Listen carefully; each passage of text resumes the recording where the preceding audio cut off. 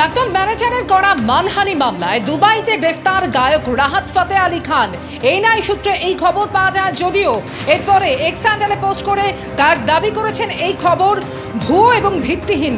দ্বন্দ্বের কারণে কিছু মাস আগে ম্যানেজারের পদ থেকে সালমান আহমেদকে ছাঁটাই করেছিলেন রাহাত ফতে আলী খান।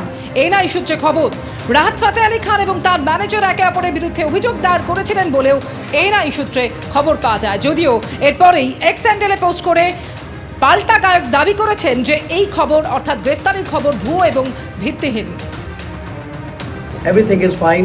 घटिया खबरों पे, घटिया अफवाहों पे बिल्कुल कान न धरें, अपना भी वक्त ज़ाया ना करें। तो इंशाल्लाह ताला you are my power, my audience, my fans और माई पावर।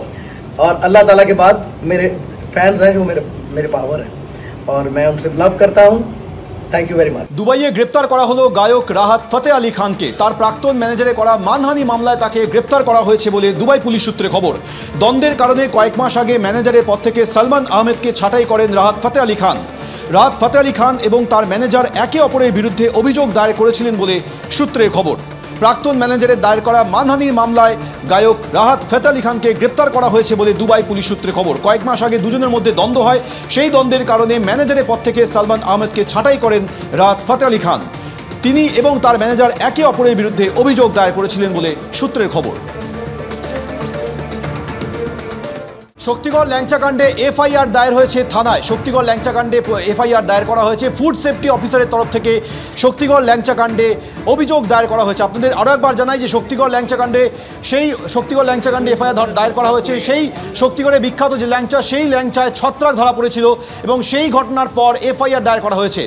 সেই ছবি আপনারা দেখতে পাচ্ছেন। যে শক্তিগড়ের ল্যাংচা অত্যন্ত বিখ্যাত, সেই শক্তিগড়ের ল্যাংচার গায়ে ছত্রাক ধরা পড়ে, চাঞ্চল্য ধরা পড়ে এবং সেই চাঞ্চল্য ছড়িয়ে পড়ার পর গোটা বিষয়টি পুলিশের নজরে আসে, ফুড সেফটি অফিসারের নজরে আসে। এই ঘটনায় ইতিমধ্যেই শক্তিগড় থানায় এফআইআর দায়ের হয়েছে। আমরা এই বিষয়ে কথা বলবো আমাদের প্রতিনিধি কমল কৃষ্ণতে আমাদের সঙ্গে। কমল কৃষ্ণ, আমাদের বিস্তারিত জানো ঠিক কি ঘটনা ঘটেছে?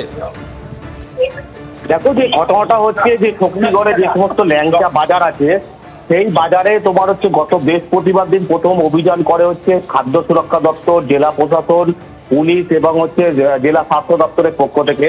এবং তারপরে যে 20 জুলাইও কিন্তু দ্বিতীয়বারের জন্য অভিযান করা হয়।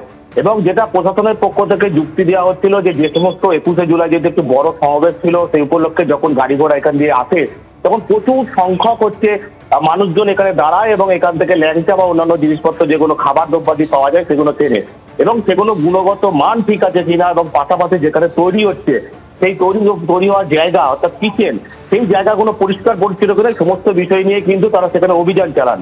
এবং অভিযান চালানোর পর যেটা উঠে আসে, বেশ কিছু দোকানে অভিযান চালানো হয়। তার মধ্যে একটি দুটি দোকানের যে গোডাউন বা হচ্ছে বাড়ি থেকে প্রচুর পরিমাণে অর্ধেক ভাজা ল্যাংচা উদ্ধার হয়। এবং আশ্চর্যজনক বিষয়, সেই সমস্ত ল্যাংচাতে যেটা জেলা স্বাস্থ্য দপ্তরের পক্ষ থেকে বলা হচ্ছে যে ফাঙ্গাস পড়ে গেছে এবং জেলা স্বাস্থ্য দপ্তরের যেটা দাবি যে প্রায় 3 কুইন্টাল এরকম অর্ধেক ভাজা ল্যাংচা গোডাউন থেকে বা কারোর দোকানের বাড়ি থেকে উদ্ধার হয়েছে এবং সেগুলো নিয়ে আসার পর সেগুলোকে রীতিমতো নষ্ট করা হয় এবং সেই নষ্ট করার জন্য রীতিমতো জেসিবি নিয়ে আসা হয়। জেসিবি নিয়ে আসার পর 2 নম্বর জাতীয় সড়কের ধারে তার মাটি খোঁড়া হয় এবং মাটি খোঁড়ার পর সেগুলোকে পুরোপুরি মাটির ভেতরে পুঁতে দেওয়া হয়। এবং ইতিমধ্যেই জেলা যে খাদ্য দপ্তর আছে, খাদ্য সুরক্ষা দপ্তর আছে, সেই খাদ্য সুরক্ষা দপ্তরের পক্ষ থেকে এই ঘটনার পরিপ্রেক্ষিতে কিন্তু শক্তিগড় থানাতে অভিযোগ দায়ের করা হয়েছে এবং অভিযোগের পরিপ্রেক্ষিতে শক্তিগড় থানার পুলিশ তদন্ত শুরু করেছে এবং পুরো ব্যাপারটা খতিয়ে দেখছে। এবং সব থেকে যেটা আশ্চর্যজনক বিষয় যে এই যে খাবার জাতীয় সড়কের ধারে যে খাবারের দোকানগুলো এবং সাধারণ মানুষের সাথে আমরা কথা বলছিলাম, সেই সাধারণ মানুষরা যেটা বলছেন যে এই যে জাতীয় সড়কের ধারে বা রাস্তার ধারে যে সমস্ত খাবারের দোকানগুলো আছে সেগুলো প্রশাসনের পক্ষ থেকে নজরদারি চালানো উচিত।